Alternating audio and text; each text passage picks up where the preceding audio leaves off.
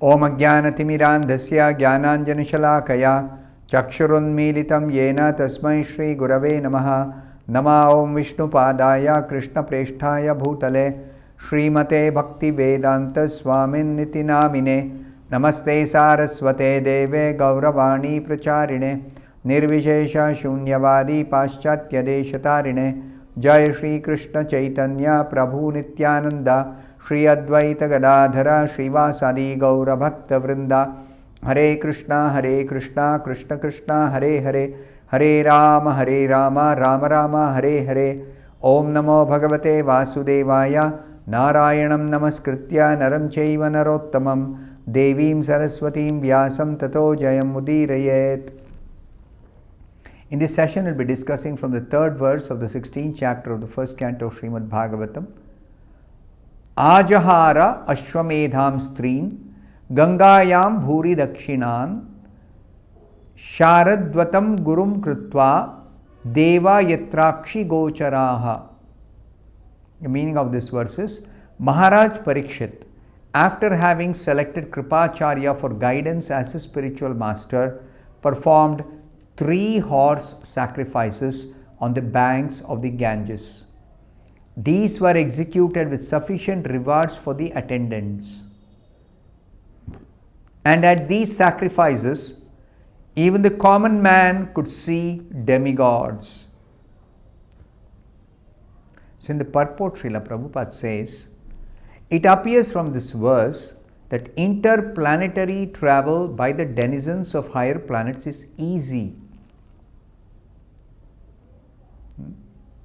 We may have difficulty, or rather, we definitely do have difficulty in traveling to other planets. But for the inhabitants of the upper planets to come to this earth planet, there is no difficulty. Further, Srila Prabhupada says, in many statements in Bhagavatam, we have observed that the demigods from heaven used to visit this earth to attend sacrifices performed by influential kings and emperors. Herein also we find that during the time of the horse sacrifice ceremony of Maharaj Parikshit, the demigods from other planets were visible even to the common man due to the sacrificial ceremony. You should remember the Devatas, they live in upper planets. They don't have gross bodies like we human beings have on the earth. They have subtle bodies. And in their subtle body, they are not visible if they come to the earth planet. First of all, they don't come to the earth planet very often. There are no reason to come here. Only under exceptional situations or circumstances, like being invited by a first class devotee, Mahabhagavata Parikshit Maharaj. He invites the Devatas to come for the sacrifice. Then they accept the invitation very graciously because of the stature of Parikshit Maharaj. A pure devotee, a first class devotee, is respected and honored everywhere in the whole universe by all the great sages, by all great devatas, by all great jnanis, yogis, tapasvis, everyone, by realized souls. Everyone honors and respects a pure devotee of Krishna. That is the position of the pure devotee. So please try to understand what is being described here. That common men could see Devatas in the sacrifice that was organized by Parikshit Maharaj. So Srila Prabhupada explains that demigods are not generally visible to common men, even when they come to this earth. As Lord Krishna is not visible to common men, but as the Lord, Supreme Lord Krishna, by his causeless mercy, descends to be visible to the common man, Krishna comes down from his spiritual abode, personal abode. That's called avatar, to descend, to come down, and becomes visible. Similarly, the demigods also become visible to the common man by their own grace. If they decide to be visible, they can be visible. If they decide not to be visible, they will not be visible. Just like Krishna. He is seated in our heart. But unless He gives darshan, we cannot see Him.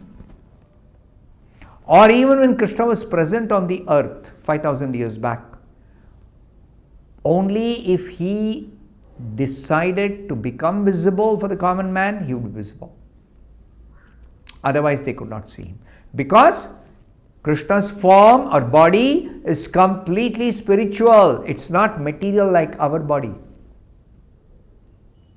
And the Devatas, they don't have a gross body.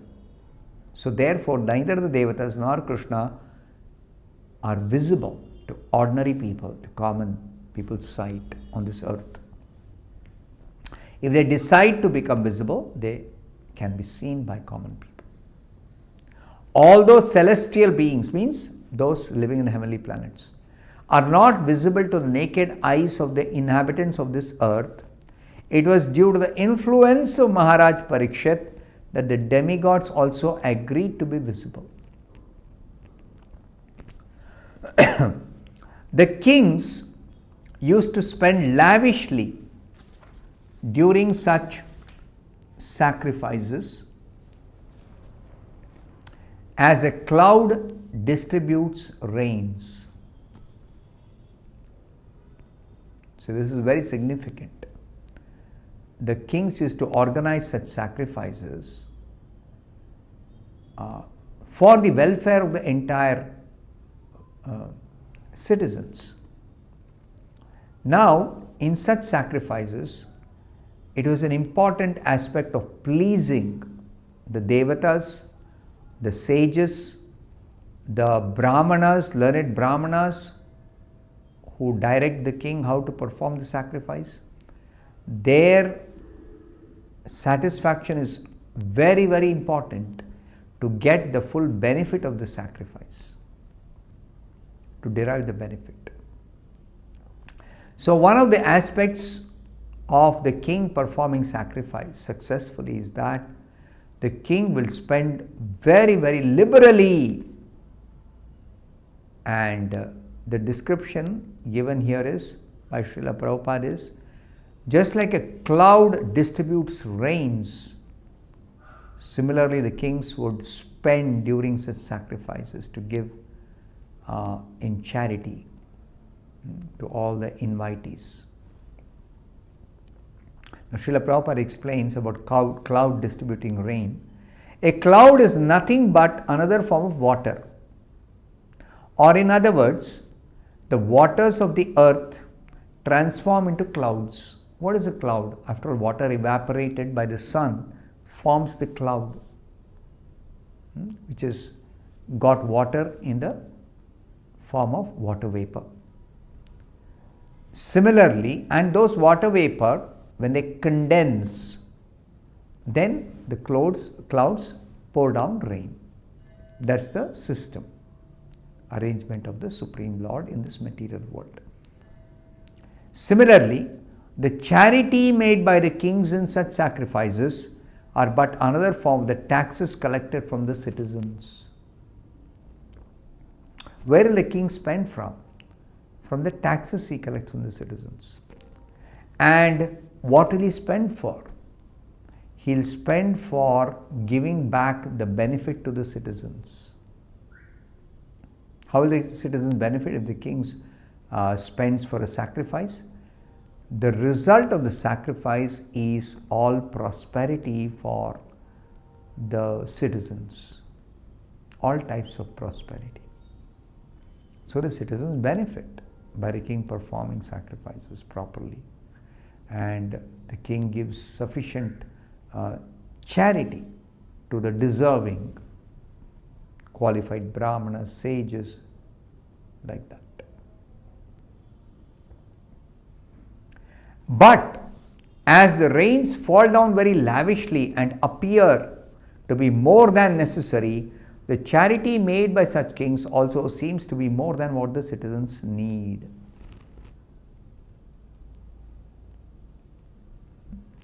So they would distribute liberally to everyone present in the sacrifice, not only to the brahmanas, not only to the sages, but to everyone. Now, this is done according to the direction of the Shastra. This is not one's whimsical idea to distribute liberally to everyone. No, it is exactly according to Shastra. Now, in the sacrifice, the citizens will be satisfied completely.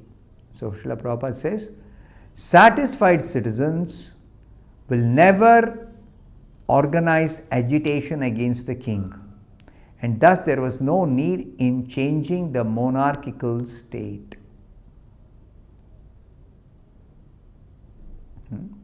The kings would rule, keeping all the citizens satisfied by providing all the necessities, by doing proper sacrifices, by guiding the citizens properly towards the ultimate goal of life. In so many ways, the kings were very responsible. So Srila Prabhupada says further, even for a king like Maharaj Parikshit, there was need of a spiritual master for guidance. Of course, Parikshit was trained and he was well versed in the principles of bhakti. He himself was a first class devotee. But that does not mean he does not require guidance. He still requires a spiritual master for guidance. Without such guidance, one cannot make progress in spiritual life. Spiritual life means to progress by getting guidance from the right person, from the right authority, from the right source. Whimsically, we cannot select somebody we like. Or as people say, I believe or I think such and such a person is very good. No. It should not be based on what we like or what we whimsically choose or what we think is correct. No. It has to be guided by, again, proper spiritual authorities. That's why Acharya. Acharya means he's identified as the universal teacher. He teaches by his example. His life is spotless character. He has spotless character. His life is exemplary in every way. Acharya. So like that, one has to accept a spiritual master and take guidance in spiritual matters to make spiritual progress.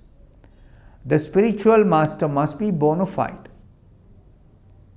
and one who wants to have self-realization must approach and take shelter of a bona fide spiritual master to achieve real success. This is very important.